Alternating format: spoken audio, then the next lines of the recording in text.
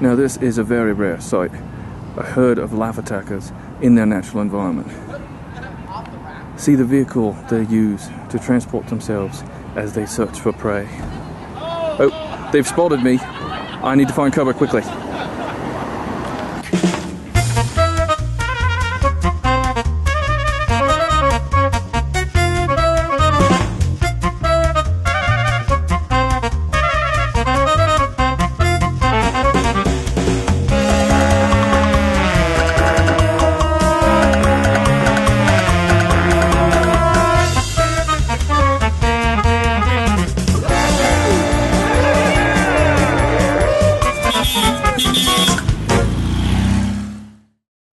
Hey, this is Dan McGowan. We're going on the Laff attack today. We don't know where we're going to go yet, but we're going to find people who can't wait to laugh.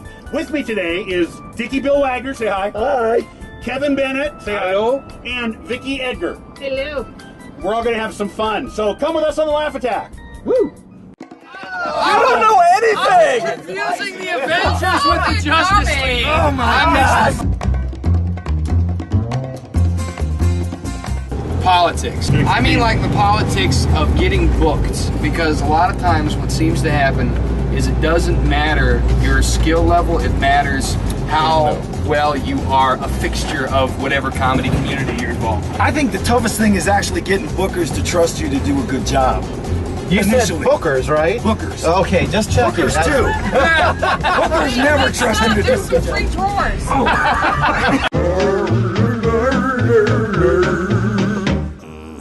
Oh, my fiance busted up with me and I got a DWAI. Oh. And I would make the tellers laugh. They would be laughing, and the bank manager would be going, "They have work to do. Quit it." The bank that took them over said, "No, we pay you way too much to be doing what you do, so you're out of here." And I just thought, you know, maybe I should put my energy into doing comedy. I really like it, and that's how I got started. It was just something I'd always wanted to do. My dad was in the Air Force and we moved every 2 years. And I had beautiful sisters and I was not. I had freckles and braces and glasses and really thin hair that I tried to Farrah Fawcett out, and it never worked. And when I was 14, I saw Eddie Murphy Delirious and I thought that is really cool. And back then I was skinny enough to wear all red leather. And that's really what I wanted. We had so much fun at Snooze in our first webisode, we thought we'd give them a second try. And once again, the customers had no idea they were about to be surprised with a laugh attack. I like the Hi everybody, how are ya? Good, how are you? How is everybody? It's the Laff attack! Well, I have a bunch of different synonyms and will that be okay? Hi, I love seeing kids here. I really do. I have 5 kids myself, but sometimes I tell them there used to be 6 because I hate them. 5 kids, holy cow. I don't even go to the hospital anymore when I go into labor. I just squat over the crib and induce a sneeze. I drank all through my last pregnancy. I totally did. I drank like a fish because I was like, screw these, number 5. It's not like there's going to be money left for him to go to college. So, yeah. I have a teenage daughter. Does anyone have one of those animals? Oh my God, yes. I feel sorry for you. I hate her. My daughter thinks the solution to all of her problems is to burst into tears and run out to her room and slam the door. So we got her back. Last time she did that, we locked her door from the outside. We paid my 6-year-old $1 to stand in the hallway and go, "Kayla, telephone! Your phone is ringing!" Yeah, we've been praying for braces, glasses, and acne since she was like 10. Sneaking into her room at night, rubbing Rogaine on her upper lip. Gorgeous. Looks just like my mother-in-law now. You guys are great. That's me. I'm Vicki Edgar. Let's hear it for Vicki! Give her a hand!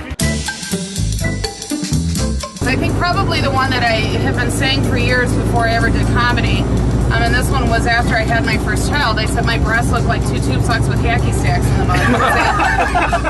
and unfortunately, it's true. It's so bad. Over the years, though, the tubes have gotten longer and the sacks have gotten bigger. My brother, I told him my bit, or my act one time, and he was just like, "That sucks." I said, "Well, come with me to a show and watch how it's done." Went up there and killed it. And he was just like, "Wow. That's great. That's so strange." He was surprised. He was just like, I said, well, I have done it a couple times. That's always fun when they're surprised that you're funny. Yeah. You really are funny. You really can do this. Yeah. Yes. I did Nick Mom Night Out. I did my little TV show and it was on TV, and right after it aired, my mom texted me and she goes, oh, I just thought you were hilarious. And I wrote back and I said, did I look fat? And it took about, I'm not kidding, probably 3 minutes. Like 180 seconds is a long time to wait for a response to the question of did I look fat? Like, you know, and I'm like, she's trying, you know. I'm trying to think, how do I answer And this? so finally the text comes in and she goes, well, I wouldn't say you were bulimic. Oh my gosh! Yeah, my family's pretty supportive, at least conversationally. They're fairly. They tell me, you know, that follow your dream and everything, and then Dad will be like, well, you're not making any money. I was like, well, I'm following my dream. Yeah, but you need to make some money. Why do you keep doing this if it's not always wonderful? Well, I feel like, God willing, I can make a career out of it. I'm good at it. I've been able to make more money at stand-up than I've been able to make at writing, at music, at acting. The energy that goes between the people, like when it's good, it's really good, and you get off stage and you're like, I use that free internet dating website, Craigslist. I went out with a woman off of Craigslist ad and it was a disaster. We were totally incompatible. The only thing we had in common was a mustache. I got a system for you. I named all my kids after the alcohol it took to conceive them. I got 3 boys, Jack, Johnny, and Jim. My oldest daughter's named Tequila. My youngest is Martina. And then there's Eggnog. She's my Christmas. I'm Dickie Bill Wagner, y'all. It's been fun. Give Dickie a hand. That's funny. Thank you. Okay. Like, for example, I went to a unisex bathroom. Look, yard sale. Oh, This is the part of the show where the comics completely lose focus. Yeah, we're just gonna. Oh, I'm so excited. I'm stealing everything, babe. Stealing things. I love that. Thanks, you guys, for letting us stop and say hi. Guys. We're gonna go on our merry way and go tell jokes. We don't care if you're on the phone. Quit talking. she said, I said, we're meeting. She said, I'm Canadian. You know, there's a collective consciousness. I actually believe that I've heard people write similar jokes, but they did it in good faith. Yeah, I've seen that you know, too. and so that's happened. I'm a little looser with that. It's like I remember Jerry Seinfeld saying, if somebody, you know, they asked him, what do you do when people steal your joke? I write another joke. Yeah, Right. And Exactly. I understand that. I mean, I don't know. This is this is not going to work because, you know, it's a clean show. We can't have all your like. You don't want to see Hairs my there, breasts right? Yeah. coming out there. You've got a little bird's nest flapping out between your buttons. But I cannot. Sacre bleu. Sacre bleu, I did not know I would be entertaining the troops. I'm going to waste your time with some ridiculous puns. For example, I had a girlfriend named Ruth, but then she broke up with me, so now I'm ruthless. But it's all right, as the Bible says, you reap what you sow. She hooked up with a guy named Doug, and then he broke up with her, so now she is Douglas. And that joke is pointless. Do you know what Toyota is backwards? A toy yacht. Do you know what Subaru is backwards? You're a bus. Do you know what Rosie O'Donnell is backwards? Rush Limbaugh. Do you know what Christian Protestants call the Catholic Catechism? Pulp Fiction. That is the Pulp Fiction theme song. I know none of you are offended because you are not in church. I told you that joke, so I can tell you this one. When the Pope comes to the United States, do you know what his favorite fast food chicken restaurant in the South is? It is Popeye's Chicken, because it's spelled P-O-P-E-Y-E-S. Pope says yes. That joke is stupid. I was in Wyoming, and this big bearded biker did not see my show, and he came up to me afterwards. He said, "What do you do for a living?" I said, "I am a professional comedian." He said, "Oh yeah, funny man? Well, why don't you tell us a joke? Come on, funny man, commence to the chuckles. Tell us a joke, funny laugh! You were making me laugh! So I tickled him. That is how I lost this eye! You were wondering about the eye patch? One joke!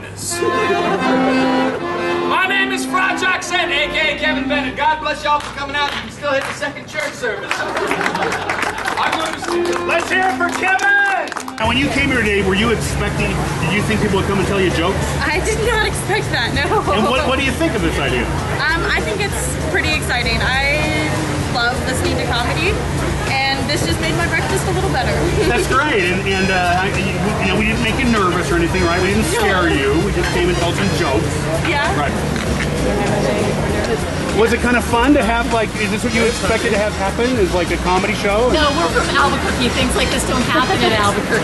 So we're here with Rivers. Rivers is the manager here of this snooze in Boulder. And Rivers, how long have you worked at this particular snooze? I've been at this location for 7.5 months. If I want to come to snooze and have an enjoyable brunch, what should I get? The sandwich I am. It's on a Bavarian pretzel roll with a Polidori sausage patty, diamond ranch eggs, and cheddar cheese cooked in meat. Oh my gosh! Do you have that with you right now? Can I just dive in? Because I'm like totally hungry. That's great. Thanks so much, Rivers, for letting us come and interview you and be here at Snooze today. And have a great day. It's beautiful in Boulder today. It is wonderful. And if you get a chance, come to Snooze, enjoy their food because it's incredible food. Why is it that anteaters never get sick? Why? Because they're full of all kinds of antibodies. See? That's why I'm not doing it. That sounds like a Dan McGowan joke. I like that. Did you make that one I'm up? going to tell that one. I did make that one I up. like that one. If you gotta have the right delivery. With the French accent. That's right. They have all kinds of antibodies. That's I will say one thing I have learned the last couple of days is, you know, a little insight into the inner lives of comics. Because before now, I really thought you were all just a bunch of dysfunction and neuroses. And now I know you're a bunch of dysfunction and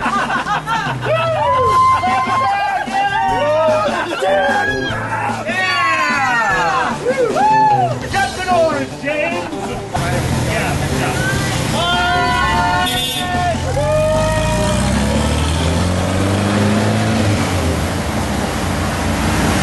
Wait, yeah, I'm supposed to be with them, so we didn't think about that.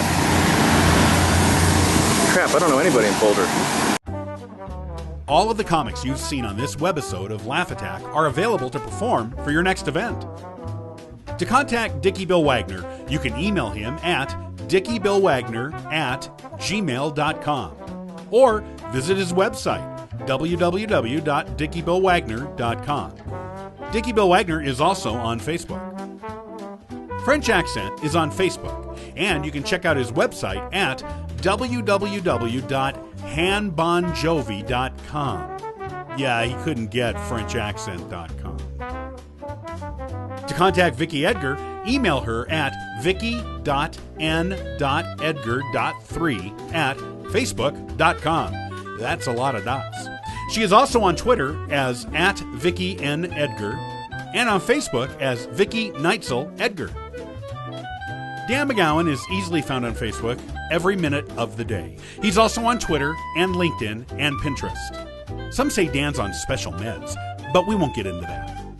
You can also email Dan at dan@danmcgowan.com and visit his website, www.danmcgowan.com. These comedians know how to make people laugh. Give them a call.